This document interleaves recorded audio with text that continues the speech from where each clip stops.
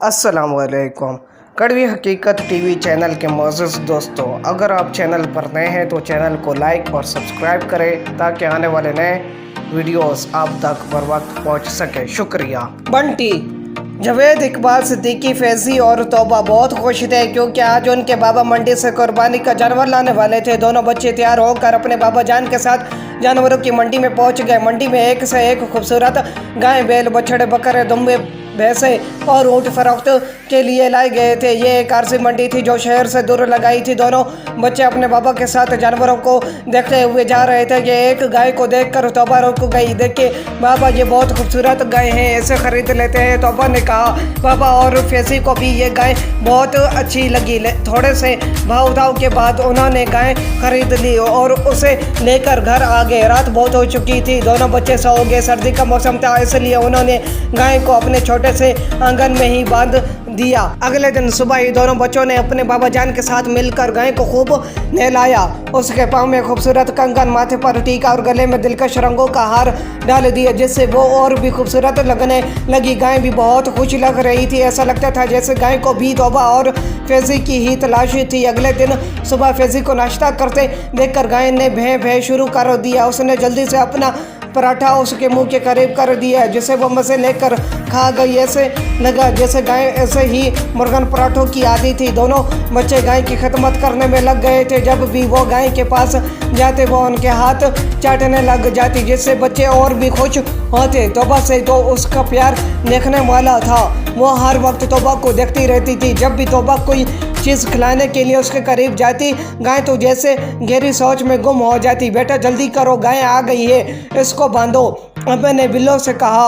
अम्मा, इस दफ़ा गाय का बच्चा मेरा होगा, बिल्लो कहने लगी। बिल्लो अपनी अम्मा और अब्बा फजलदीन के साथ एक दूर दराज देहात में रहती थी। खेती बाड़ी करना और जानवर पालना उस खानदान का पेशा था।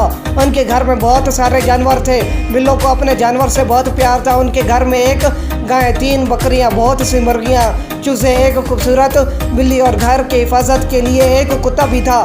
कुछ ही दिनों बाद गाय ने एक खूबसूरत बच्चा दिया। बिल्लो ने उसका नाम बंटी रख दिया। बिल्लो दिन रात गाय और उसके बच्चे की खिदमत करती। बंटी अब बड़ी हो गई थी, इसलिए वो घर भर में दौड़ती फिरती थी। बिल्लो जिधर जाती बंटी भी उसके साथ जाती। बेटी अपनी माँ के पास सोने के बजाय बिल्लो के पलंग के पास ही सो जाती और थोड़ी थोड़ी देर बाद बिल्लो के हाथ या पैर को चाटती रहती।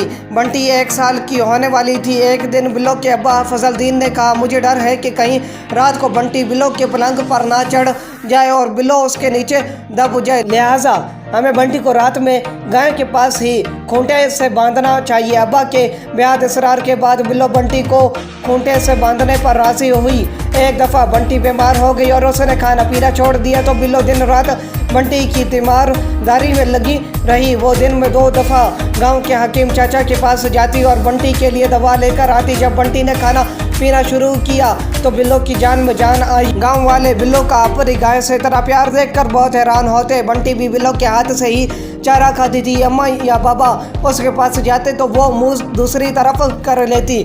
एक दफ़ा जब बिल्लो को सख्त बुखार हो गया और वो उठने के काबिल ना रही तो बंटी ने भी चारा खाना छोड़ दिया।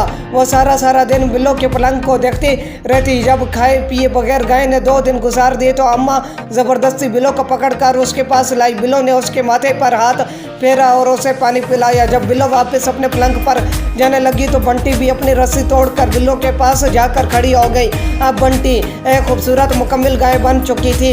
एक दिन गांव का कसाई चाचा करमो बिल्लो के घर आ गया और कहने लगा, भाई फजलदीन, तुम्हारा जानवर अब 2 साल का हो गया है, क्या ख्याल है इस साल आ जाऊं?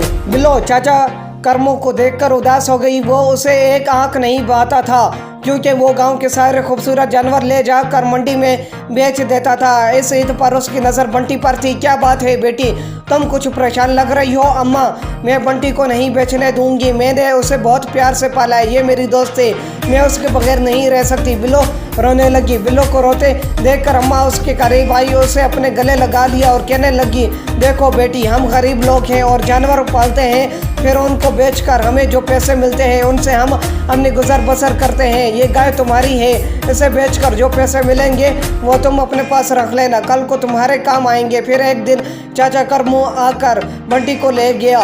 बिल्लो ने रो रो कर बुरा हाल कर लिया। वो बार बार अम्मा से सवाल करती रही कि अब बंटी कहाँ होगी, चाचा करमू उसे कहाँ लेकर जाएगा, शहर वाले उसे कहाँ रखेंगे, शहर में उसे खाने को क्या मिलेगा। उन्हीं सवालों में गुम रात के पिछले पहर बिल्लो को नींद आ गई। ईद में अभी चंद दिन बाकी थे। मोहल्ले में तरह तरह के जानवरों की गोया नुमाइश लगी हुई थी। तोबा ने कहा, क्यों ना हम उसका प्यारा सा कोई नाम रख ले। फैजी मीठी गोलियां खाने का शौकीन था जो बंटी खिलाती है। फैजी ने बंटी खाते हुए तोबा से कहा, हम उसका नाम बंटी रख लेते हैं। जैसे ही तोबा ने गाय को बंटी के नाम से पुकारा, गाय ने फौरन पलटकर तोबा को देखा। मम्मा, लगता है इसका नाम बंटी ही है। हाँ बेटा, गांव देहात में लोग जानवरों को बड़े प्यार से पालते हैं और उनका नाम भी रखते हैं। मामा ने कहा, हम इसको ज़बह नहीं करेंगे, ये इतनी प्यारी गाय है, हम इसको पाल लेते हैं। बेटा, ये इतना बड़ा जानवर है, हम इसको कहाँ रखेंगे, हमारे घर में जगह ही कहाँ है। मम्मा फैजी को समझाने लगी। रात को देर तक दोनों बच्चे गाय के साथ ही रहते और सुबह होते ही उसके खाने के बंदोबस्त में लग जाते। उनको अपने खाने से ज़्यादा बंटी के खाने की फिक्र होती। आज ईद कुर्बान थी। फैजी तैयार होकर अपने बाबा के साथ ईद की नमाज़ पढ़ने चला गया। नमाज पढ़कर जब वो वापस आ रहे थे तो उन्हें रास्ते में कसाई मिल गया जो उनकी गाय ज़बह करने आ रहा था। कसाई को घर में देखते ही दोनों बच्चों ने कहराम मचा दिया। फैजी एक तरफ खड़ा रो रहा था जबकि तोबा ने अपने आप को कमरे में बंद कर लिया था। रो रो कर बच्चे हलकान हो रहे थे। बाबा फैजी को जब कि मामा तोबा को चुप कराने की कोशिश करते रहे। इसी हंगामे में गाय ज़बह हो गई। बच्चों को उनके मामू अपने साथ बाहर ले गए। बिल्लो बिल्लो जल्दी उठो, आज ईद का दिन है, तुम अब तक सो रही हो। अम्मा की आवाज़ पर बिल्लो आंखें मलती हुई उठ गई। वो सीधी अम्मा के पास आई और रोने लगी। क्या बात है बेटी, आज ईद का दिन है, तुम रो क्यों रही हो? अम्मा, आज रात मैंने ख्वाब में देखा बंटी दो बच्चों के साथ बैठी हुई कुछ खा रही थी। वो बहुत खुश थी। उसके गले में हार और पाँव में खूबसूरत कंगन भी थे।